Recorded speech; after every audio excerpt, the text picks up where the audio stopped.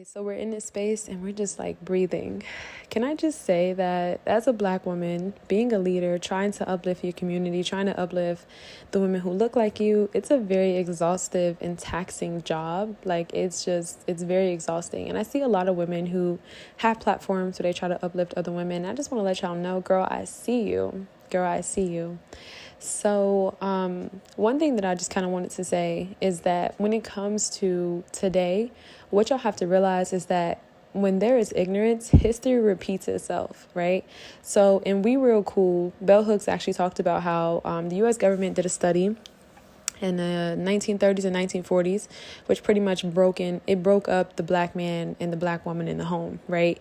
A lot of men have this basic understanding of like, oh, Black women was just taking food stamps. They don't realize that the U.S. government, right, the whole American system, America that is today, like our country, actually did a study. The government did a study on our households, which divided our families. They allowed Black women to go out and go to school, go to college, get education. They didn't allow that for Black men. Black men literally were not permitted to go to school, right? And so what that then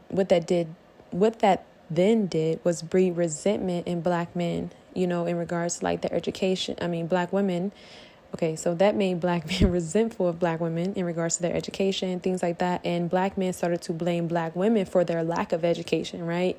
But that was never our history. And I think one of the things that is just like, it saddens me in so many different ways because so many of our people are just lost. Like, people are so quick to jump on a podcast without really having any real understanding. I think that women may have an understanding of like what's going on, from an intuitive perspective, but they don't really know how to convey it in a way that's clear and concise and simplistic so people get it.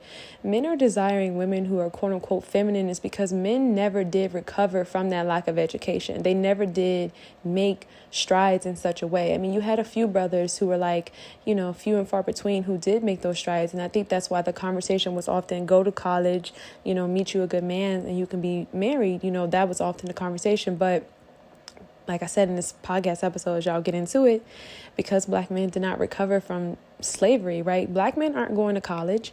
Black men aren't going to therapy, and they're not going to college either, but they're not going to therapy. They're not making those type of strides. And so you have to realize what that is. And I think what happens is like when you have a system that turns that pretty much turns Black people against each other, you got to realize that this is no different than colorism.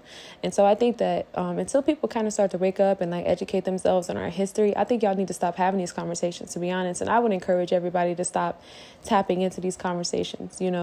It's entertaining, and sometimes it can be like, let me just see how the culture thinks. You don't want to be a deer caught in headlights, but I can definitely say overall it's very distracting. It's very distracting overall. Like, it's not at all what you think it is. You come for insight, you come for intelligence, but it leaves you feeling upset. It leaves you with a very negative perspective in regards to Black men and Black women. You have to understand that one shoe does not fit all. You have to understand that Black people have influence, and it's so powerful. And, we have to tap in and start to use our influence for good. We have to tap in and start to realize like we got to do something positive and powerful with this influence. We can't sit online and debate and argue about things that have literally taken place, decades and centuries ago. You know what I mean? When we don't really have historical understanding of what went on in this country. I think a lot of people look at history as if it's contingent rather than looking at history as a way to move forward and navigate the future in the current times. History repeats itself when there's ignorance, And so I think that a lot of men today are wanting women who are weak because they need a woman that is weak so that they can feel strong.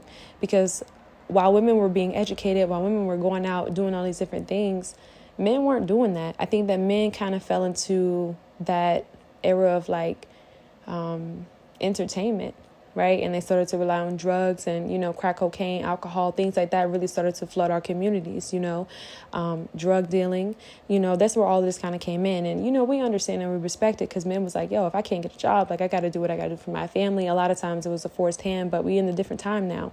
But I'm just saying that overall, I understand the historical backing of that. I think it's truly devastating to see black men like tear down black women. And I would probably say it's the same for, black women tearing down black men.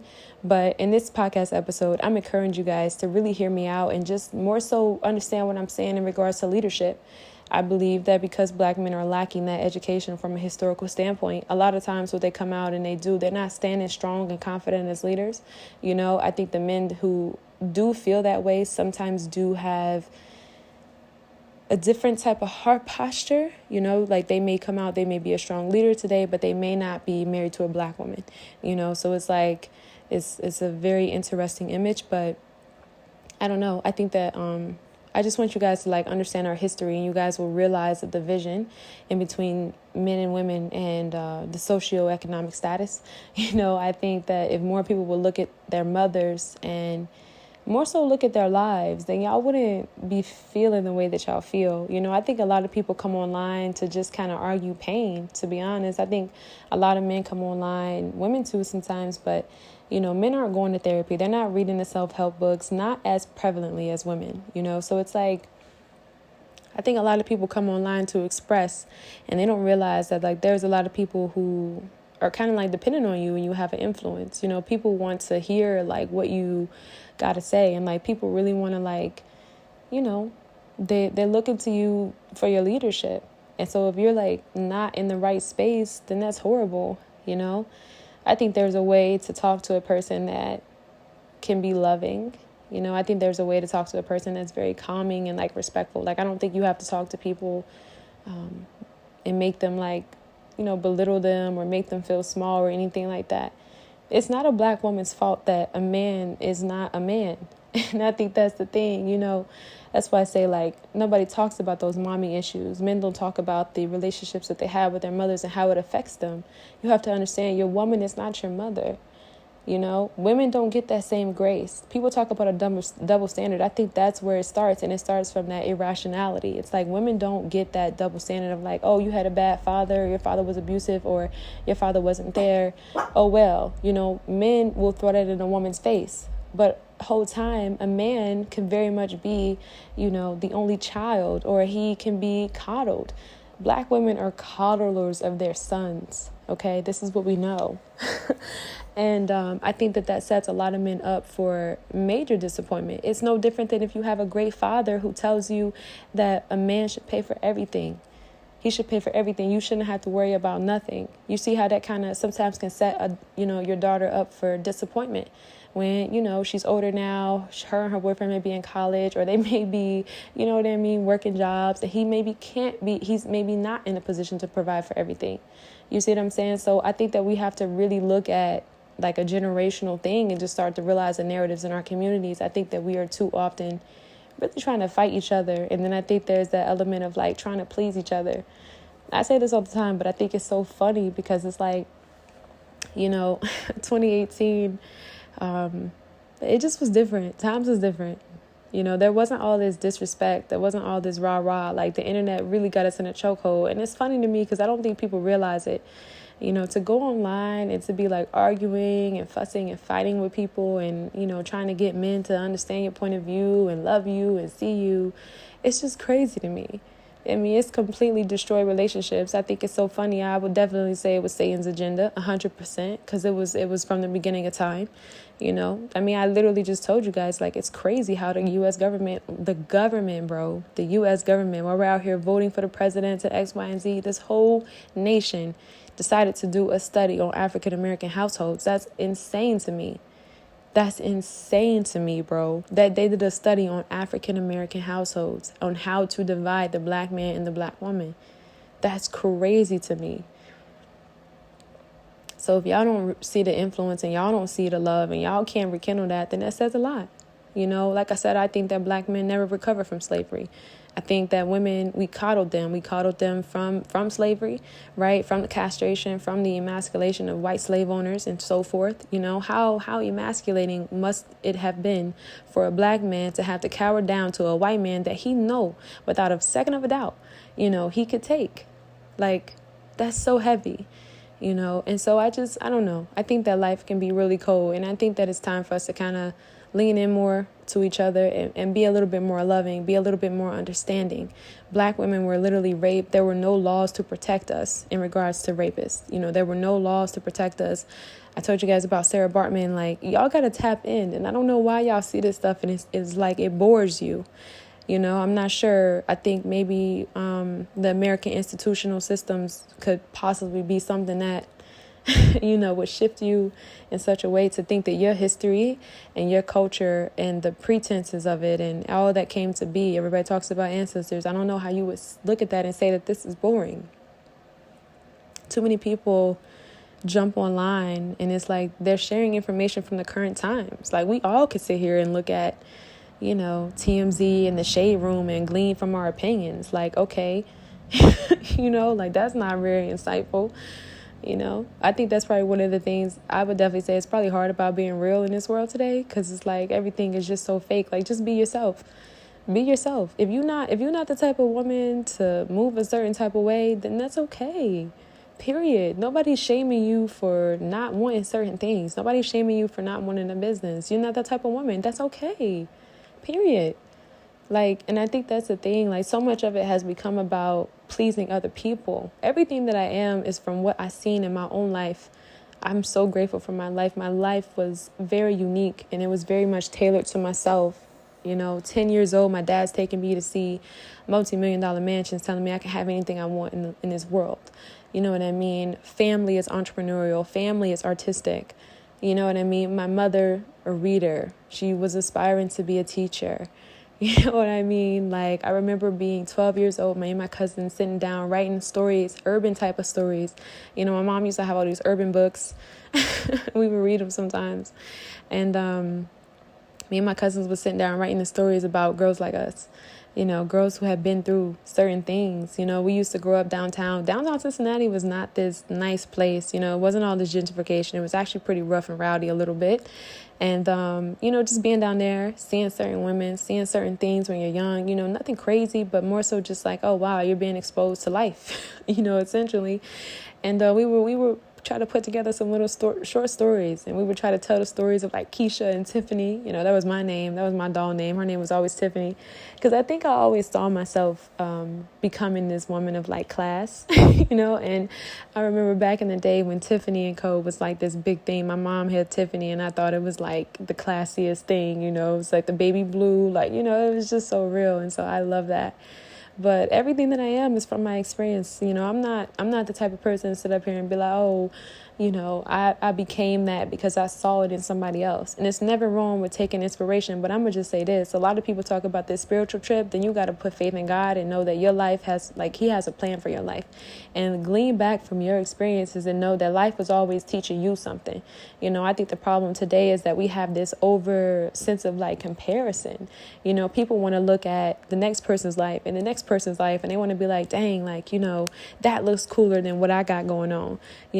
I want to be that type of author. I want to be that type of businesswoman. I want to be that type of mentor. I want to be that type of, whatever. And it's just like, no, just be you.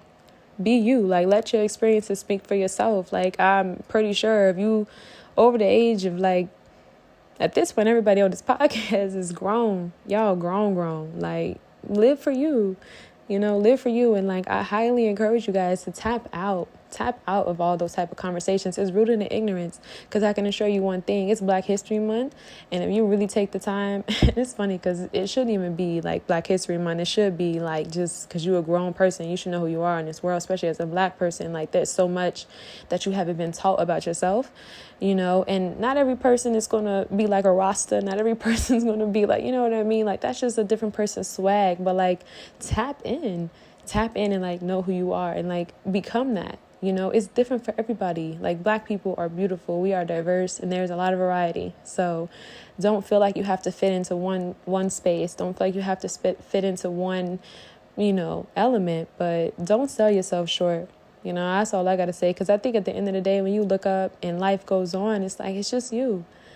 Like, just imagine if you was married to some of these people who passed away, who've been telling you not to pursue certain things or not to become a certain type of person. Like, just imagine what your life would be like. I'm just saying. So I think at the end of the day, don't tap into that stuff. That's not insight. That's not wisdom. That's destruction.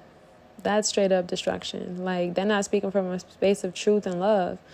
I think that women have kind of fallen weak and like desperate in a sense, and men have taken advantage of that. They're completely extorting that, so don't be like that. Like I told you guys how I was out and I seen a woman who I felt like, I could just tell that she just wasn't like herself. But I could tell that she had listened to them type of podcasts, just her demeanor and the way she was like carrying herself and the way she was moving. But like underneath all that, I could just tell that wasn't her. She just looked so uncomfortable, trying to be like super perfect. I just discerned that. And I felt for her, and I felt very saddened because I'm like, dang, like it's just crazy. I don't think people realize when they get online, like you're going to be online, be responsible. Like you got something to say, like people listening to your content, people following like what you have to say. Like that's pretty major. Like that's nothing to play around with. And like, I don't know, just be responsible. So I'm gonna end with that, and just know that you're enough. I know people say it all the time, but it's like you really are enough. I can't tell you how many times in my life I was like, man, like wanting certain things, wishing for certain things. Now I'm at this place where I'm getting a little bit older. I don't really idolize things, and it's not for a sake of like me not thinking it's gonna come to pass. It's more so realizing like, one, I'm such a unique person. I'm such a great person. Like I just wouldn't want to mishandle that, like I think about my life, and something that I would probably encourage for women as well. It's like this is your life, like take it seriously, like don't just do something because someone else wants you to do it. Don't just become something because someone else needs you to become it, like you're going to be okay. Like the right people will come along. I think with online and being on social media, it's probably become one of the biggest detriments to our mental health, to our psychological health. I think about the trajectory of our mindsets, the way we think, the way, our ability to hold attention. I even notice it for myself sometimes. I'm like, wow, it's like I struggle with certain things because I realize the attention span of like constantly picking up on 30-second clips and 1-minute clips, and you know what I mean? Like just how altering that is, and it's dangerous. I think at this point I can definitely say it's becoming very dangerous. I really do. And I would just probably encourage Black women to just, I don't know, more so lean into like their own lives. I think that we need a break, to be honest. Like I'm advocating for rest. I talked about in this podcast episode, it's funny, you guys, this is at this point, this is the podcast, but this going to be a longer podcast because you guys are going to get the full podcast once this finishes. But, I talked about how Black men sometimes have a tendency to enter into certain, spaces. And I use the term they're up, if y'all know what I mean, like up as in they've gained economic status. And they don't always give back to their communities, and I would just, I reference that to more so say like Black women are always the ones who are carrying the communities on their backs. I reference slavery and, us having to be there for men, having to stand in for them, just imagining the fear and the emasculation of a Black man in the presence of a white man who is using his power and his force, like I just couldn't imagine that. Like that's, like to a man, that's so much more than humiliating. That's debilitating. That's debilitating to his spirit, and I think a lot of Black men have been beat in spirit, and I don't think they've recovered from slavery. And it's been Black women who have been carrying them, right? We've been shielding them. We've been, come on, talk to me. You got some sisters who hiding the dope in the house, right? You got some sisters who, taking the test for the men. You got some sisters who signing for the loans for the men. And I think one of the things that I would probably say is super saddening is because Black women are oftentimes in the backgrounds of a lot of men's success, but they don't really get the credit. I think when they do show up with the credit, it's like, oh, thank you. But like, it's not enough. It's not enough because it's like, I don't know. I don't want to venture too far into that. That's just me rambling off on my own personal opinions, and I try to keep those to myself these days.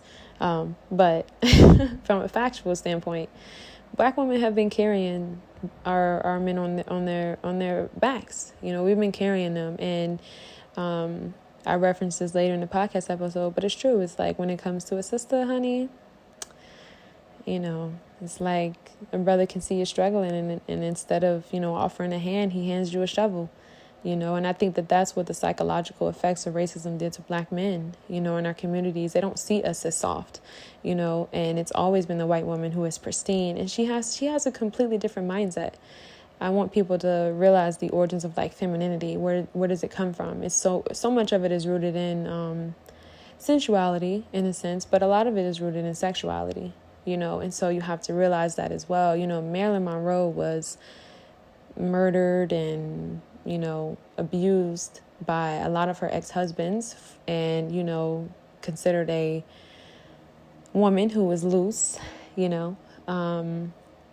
and when you look at some of the shows she would do, some of the things she would do, a lot of it was rooted in, pretty much using her quote unquote femininity, this sensuality in a sense, to kind of dance around men.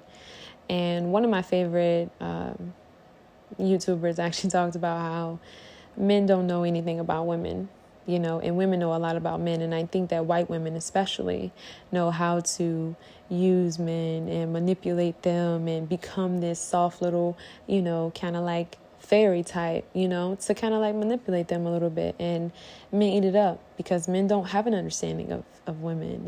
Men don't tap into like female podcasts and female communities and female spaces for a sense of understanding. I think a lot of times it's more so for like exploitation, and I think because of that lack of understanding in regards to history, because Black men were, excluded from education, a lot of brothers are perpetuating what has already been done historically, and that was continuously tearing down their own communities. I've never seen white men treat white women as such. And white women have a completely different sexual liberation and personal liberation than a Black woman could ever have in this country. And they're still treated and respected and seen as such. So I think that's probably one of the most saddening things to myself. And I think, at this point in my life, I'm not here to tell anybody what to do with their lives, but I think it's important to take care of yourself. I really do. I would say that that's probably one of the most important things, whether that's going to college, whatever that may be for you, whether that's starting your business, whether that's saving your money, getting good with finance, whether that's buying a house to make sure that you're straight. Because I think at the end of the day, I don't really ascribe to the notion of, if you get married, he could die, he could leave you for another woman. That's a lot of fear talking. That's a lot of it's not very positive, and it's not a whole and healthy perspective, But more so, I say that because at the end of the day, it's just you. You're sitting in your room or you're driving to work or wherever you are listening to this podcast, and it's just you. And that's your reality. You see what I'm saying? That's your reality. When I look in the mirror right now, it's just me. I'm not in the season of my life where I'm considering another person, or I'm, what I mean? This is where I am. This is my reality. And I have to do what is best for Jalen in this current reality. That's wisdom, So whether that's going to school, whatever it is for you, pay your dues, take care of yourself. And, I wish you guys the best. I really do. This was fun. This was great. Peace.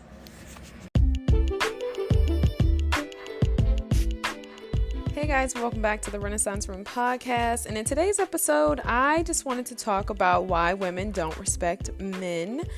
Now, I know that this kind of sounds like it's going to be a juicy type of conversation, but no, I'm just going to keep it real with you guys. I think that this is a conversation that needs to be had because, men have been emasculated, and there are women who do emasculate men. So I just kind of wanted to provide a little insight.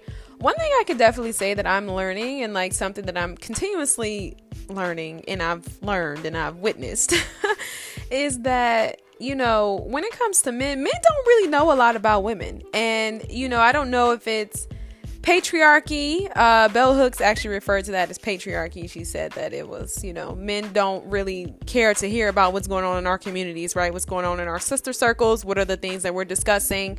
And I think that could not be, more true. I think that that's something I've realized with a lot of men. Like, they don't really understand women. They kind of just stick to what they know and like what works for them and the whatever form or fashion, and then that's pretty much what it is. So one of the things I realized is that a lot of women don't respect men, quote unquote, I guess we can say modern women or whatever, which is just kind of funny because it's like, does that become the generation? Like, are we generation modern women because because we're not, honey, I move forward.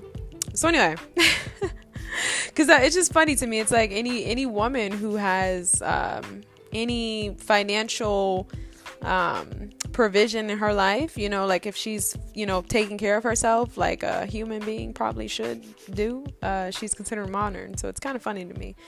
But I digress. I'm not really here to talk about that. So anyway, it's because you don't really meet a lot of hardworking, self-actualized, and purposeful men today. I was sitting here thinking to myself about how many men are smokers, how many men are drinkers. And from a psychological standpoint, that alters the mindset of a person. Like, that's literally brain altering. And so, if the man is supposed to be the head and you're supposed to be the tail, how are you going to follow a man who is constantly using vices and who can't shake his vices and who are addicted to his vices? Like, that's not a good leader. That's not someone that, would make for a good leader. And let's just be real. You probably started smoking because you seen your parents smoking. So we know the influence that it has on your kids. I know for me, not being a smoker and like smelling smoke in the house, that irritates me. Like, that's a no. And then weed smoke at that. Like, I just think it just depends on how old you are. We know we go through phases, there's a time and, for everything. But I think after a while, it's just kind of childish, to be honest. Like, it's not really like to be getting high every day. Like, we grown. So that's one thing. But from a scientific standpoint, you guys know that, mass consumption, whether it's addiction to weed or mass consumption of alcohol, that stuff alters your reproductivity. So you're actually not going to be as fertile, and it's like you're kind of going to be sterile. Like, that's a real thing. And, it also affects the testes. So at this point, you're actually more effeminized, right? We know that alcohol has a way of lowering the, I think it does lower testosterone, and it lowers, brain, is it serotonin? Yes, it lowers your serotonin, so you don't have enough for the next day. So that's why you're still drunk, you're still grouchy, you're still like slouchy, like, it just affects. And then on top of like the physicality of like mass alcohol consumption. So that's like another thing. Another thing I would definitely say is like the whole self-actualized and purposeful. I'm not really sure if black men ever recovered from slavery. Can we talk about that for just like a moment here? I don't think that black men have ever recovered from the psychological abuse from slavery. I think that black men are still very much enslaved. When people talk about like successful women not being in relationships, I think we've always, like, one thing I know about our community is that we really fail to hold men accountable. Like, I think because we bear sons, right, that are black boys, we really fail to hold black men accountable in the sense of like their leadership, and where they've dropped the ball and why certain things are the way they are because of it. And so I think that just kind of hinders us, and it doesn't really propel us forward as a community because those are our leaders. So like, when they don't step up and they don't become leaders, then you have a lot of women who then have to take that responsibility. And that's been continuous. Yes, we could look at the system, but I think at this point in time, we have to really sit and realize that men are more so seeking entertainment, and they're just too caught up in like trying to please the world. And it's like, I say this respectfully and with love, it's like the world don't love you. You know what I mean? So it's like, why not just stick to, doing what you can in your community and like pulling yourself out of that and being like focused and diligent. It's just rare when you meet men who are hardworking. I think a lot of men today are really comfortable. I think that a little too much comes easy, like I think that too much just comes easy for men today. I don't know, it's just rare when you meet men who are like hardworking and like self-actualized, and and I say self-actualized, I mean men who know what they want to do with their lives and they're walking into that. You have a lot of brothers who don't know, and I think a big part of that is due to the entertainment industry. You got your little role models, these rappers are saying one thing, and then you've got women who are sitting on these podcasts with these guys who are like drinking, saying another thing. And so it just becomes like this whole thing, and it's like you're not focused on like getting your thing done, because you look up, you've been on TikTok all day. We're all guilty of it, but I just think like, unfortunately, just as a man, I think those are some of the distractions. Okay. And then as far as purpose, I definitely think it's rare to meet men who are tapped into their purpose, like men who are literally out here doing what it is that God has called them to do. Now, I'm not gonna say it doesn't exist, because it's definitely real, but it's there. But it's just, I'm saying this is why women don't respect men, right? This is what I'm talking about. So I would definitely say that it's just rare to meet a man who has a servant heart and a vision that's given to him by God. Like, he knows who he is, he knows what he's on this earth for, and he's actually doing it. I think that black men will get on and they'll get up and in positions, and very seldom do they give back to their communities. I talked about how black men may still be struggling with the postpartum effects of slavery, and that's why I was saying successful women are single, because black men who are successful oftentimes will date white women. Now, I'm not going to say that's all, right? That's not all, but I do think that is a contributing factor to why a lot of sisters are single, like, because black men are still in that Stockholm kind of like Willie Lynch type syndrome, where they'll go and they will date a white woman. Black men, they just rare that they'll give back to their communities. Black men typically get on, they buy a bunch of chains and watches before they lose it all, and then they have a tendency to marry a white woman.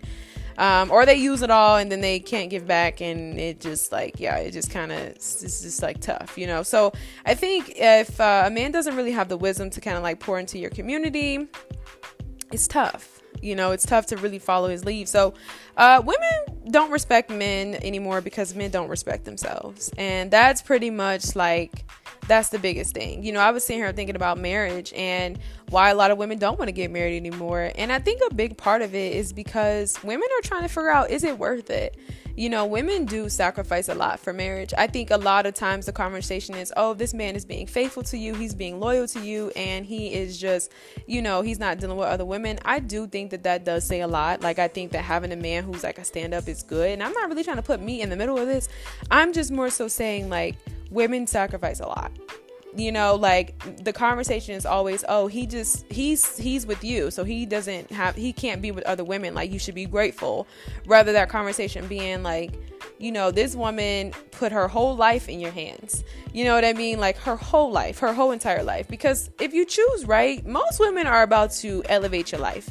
Like, you know what I mean? Like, women are about to take you from zero to hero. Okay, period. And like, I just think that even from like a childbearing type of thing, like we it's just, I think it's just a lot that really kind of goes into that. And I think it's unfortunate, because I think that what a lot of women are arguing for or arguing against today is women just aren't really seen as like human beings. We're kind of seen as, okay, this is what you're supposed to do.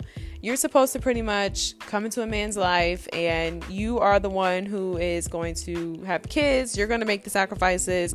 You're supposed to help him. And that's pretty much the end of it. You should just be happy that he's not cheating on you. Like, that's kind of like what the MO is. And so I think a lot of women today are just trying to figure out, okay, what is the benefits of marriage? Like, why am I here? You may be with someone who may not be intellectually stimulating. You may be with someone who doesn't really have the wisdom or the understanding to take care of you, right? A lot of times the conversation is women need to teach men how to love them, right? You teach a person how to treat you. So it's like, now you're working in overtime to teach him how to love you properly, how to care for you properly. So it's like, it's just, I think there's just a lot that goes into that is a lot. And I don't think that people realize that. And I think for those who are single, I would definitely say, like, don't glorify marriage. Like, it's nothing to glorify. I mean, not say glorify, I mean idolize. And so yeah, So yeah, I think that men don't respect themselves, and I think that not a lot of men have a mindset to take care of a woman today. The TikTok that went viral with Malcolm X professing America's disregard for women and how their fathers use their mothers and leave them for dead. It's just, all of these things kind of tie into a man watching you struggle, especially a black woman, and instead of offering you a hand, they hand you a shovel. And that's kind of like what I was saying in this entire podcast episode. So that's essentially why women don't respect men anymore, because men don't know who they are anymore, and I think we can blame certain movements because they're stronger in numbers. Their voices may be a little bit more influential, but I believe that it's due to the lack of overcoming in regards to the psychological effects of slavery. I believe it's due to division. Brotherhood is not a thing. Men don't have other men to be around anymore. It's like, whether it be envy, whether it be strife, whether it just be a lack of, y'all trying to impress each other and not really get along and like come together, but I think that I know for me, when I'm with my girls, I'm charged up, quote unquote, femininity, right? Like at this point, I'm charged up. I'm with my girls. I'm feeling good. Like this is what I needed after a long week. Like I wanted to hang out with my girls, like we go out, we get cute, we talk, I'm able to distress and just pick up back in that space. It feels good to be around a lot of positive women, and I think it would be the same for men, but unfortunately I think that that's another thing, so men are isolated, so we know that we're stronger together, and unfortunately men don't have that. And so I think that can put a lot of weight and pressure on anybody who doesn't have like their own or a life of their own or whatever, because there's so much emotionally and like spiritually, I guess, from an energetic standpoint that you may be carrying and dealing with that is now placed onto your partner because there's no one else to like help you and like carry that, So I think that's a big thing. And yeah, I think that just overall, men, a lot of times, I think when we talk about father figures, we never look at black men and say, wow, there are so many brothers who, not necessarily always due to mass incarceration, but that could be a thing. Men don't really take the time to consider their mothers in a sense of, how did my mom get like this? You know what I mean? I'm not saying that every woman is a saint. I'm not saying every woman is a quote unquote good woman, but we have to realize that from little kids, childbirth, essentially, we were taught to have babies. So that nurturing kind of kicked in. I know it's not the same for everyone. I'm not speaking majority, but like there are a lot of women who definitely wanted kids. You know what I mean? Like from early on, and it's like you get with this guy who's been taught this, who's been brainwashed by Jay-Z's videos and all these different things.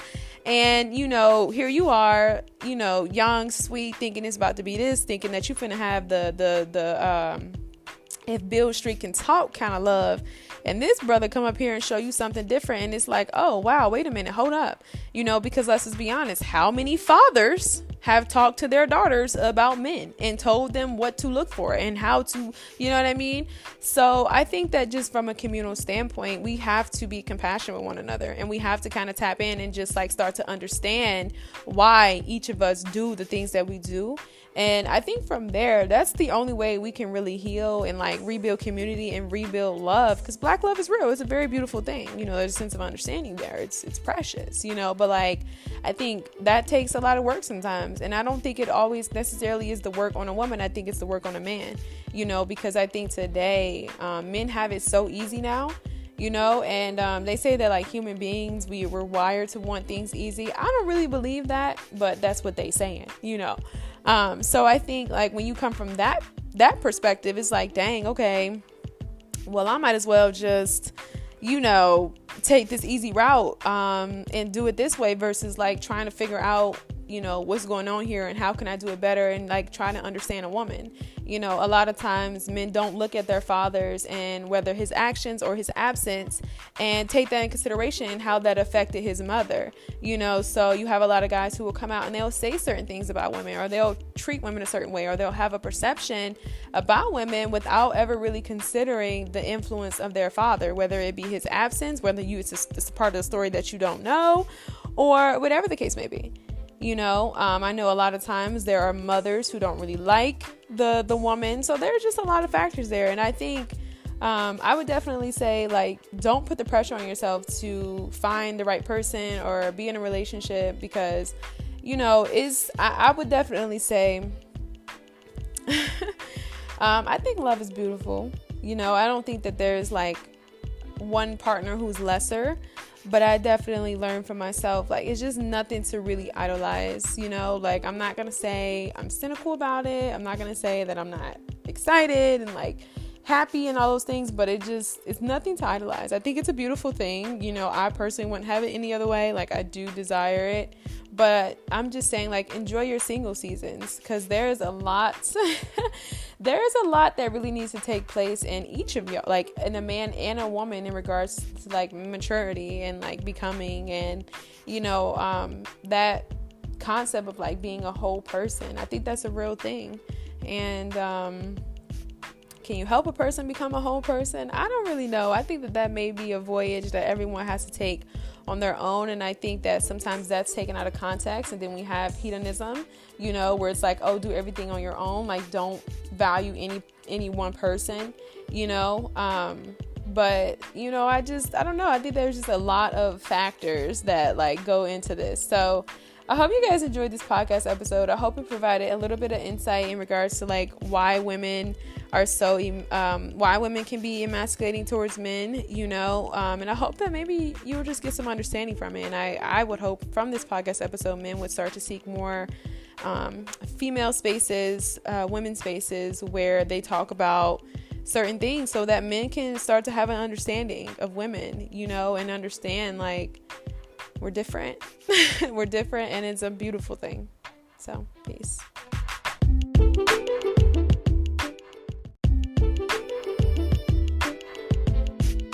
Start this podcast off by saying that men don't like independent women because you oftentimes don't like what you are not, right? Like, you have a sense of like repulsion for the things that you are not. And what I mean by that is, like, if you're not hardworking, you may not want someone who's hardworking because now this person is outshining you. And that goes against everything you've been taught as a man. Men are taught that it's their birthright to respect, to be honored, to feel cherished, and all of those things, right? And that's because from a historical standpoint, men did things that were honorable, right? They were hardworking. They provided for their families. They were good to their wives. They would, They were all these different things. And so I think that's one factor. I think another factor that I would say that kind of contributes to this is that a lot of people are oftentimes wanting people who don't want them. And so I think it's important to kind of realize like your certain certain geography. And I'm not saying that there's not more out there, because there totally is more out there.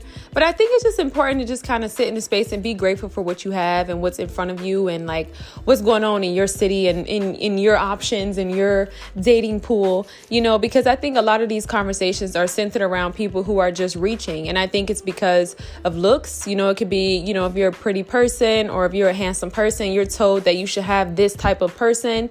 And, you may not have the mindset, you may not have the character, you may not have the external manifestations of like what this person may be looking for who looks like that. And so I just think that there's something to be mindful of. Another thing I want to say before this podcast episode starts is I really do think when it comes to like high profile men dating white women and like that being a whole thing, I know a lot of people talk about how like most like NFL players and NBA players are with white women, which is true.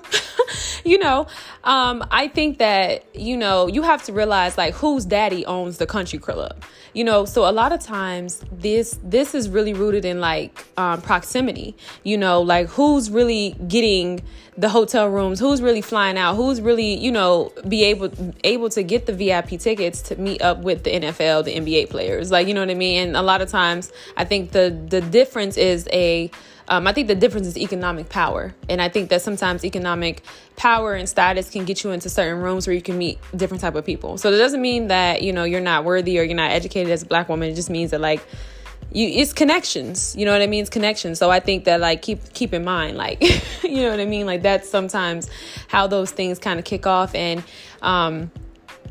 yeah, we can talk about like more of that on another day. But I was listening to Jamie Foxx and Neo. She got her own, and I was just laughing because I was like, wow, like how do we go from I love her because she got her own to like bashing women for being human beings? I'm always concerned with that because I just feel like as a woman, like you should be able to take care of yourself. You know what I mean? Like just point blank period. You should be able to take care of yourself because it's like you have to realize like you're a whole individualistic person before you even get into a relationship. And even after that, it's like, I mean, it's about you and how you want to live your life. I think that me personally, I'm just very creative and God's given me many gifts and things like that. I'm not out here trying to, and I think another thing too is like, I touch on in this podcast episode. I just want you guys to really listen to me when I talk about certain factors that really affect the mindset of women, and how men oftentimes overlook those things because we live in a society where Black men are coddled. We really are. And so I think that that's really the main reason why a lot of women don't respect men anymore is because men don't work hard like they used to. Men used to have to go out and do the whole coal mine thing. And like, I think even if you have a man who's working hard, sometimes women don't respect men because they're comparing their man to someone who's online who may be all these different things, and I think it's vice versa. I think that comparison is really what kills our relationships a lot of times, men and women, because it's like your partner can be hardworking, but they may not be bringing in the amount of money or their fruit hasn't manifested in this season. And it's easy to be like, you know what, I'm about to just chalk this person up. They may not have that exact body right now, but like at least they're trying, they're working to get it. It may take 3 years, but like, they're in the gym, so that's why I said as far as geography, like just being mindful of your geological location. Like, a lot of people will be reaching for women who don't even look like that in their city, or they may be reaching for men who make this certain kind of money, but they live in like Butt County, freaking Alabama or like Utah or something. And it's like, that's not even what you're seeing every day. Now, if you're like in Atlanta, big cities like that, it's different. I can understand why a lot of people are in a space of like discontent because it's a big city. There's a lot of competition, and I think that's what's so funny. I think a lot of people don't realize when they sign up to move to bigger cities, like what you're really in for. Like you got to be sturdy within yourself. You have to be secure within yourself when you go to bigger cities, because really, I personally feel like, the times when I went to bigger cities, it was only one big city, but I don't really feel the need to throw it out there. But well, I'm gonna say New York, because I always go to New York. I was in New York and I still saw the trends. I still seen a lot of people who wasn't really like authentic, but I won't say that's the entire New York City. I didn't live there, so I can't really say like that's New York, but I can say that like being in a big city, you need to know who you are, because it's very easy to kind of fall into the trap of like comparison and like competition, and you start to feel like, well, dang, And I think you can very easily lose yourself and fall into like a spirit of bitterness if you are constantly comparing yourself, and if you're constantly feeling a need to like compete with other people. So just keep that in mind. I hope you guys enjoy this podcast episode. This podcast episode is about why women emasculate men.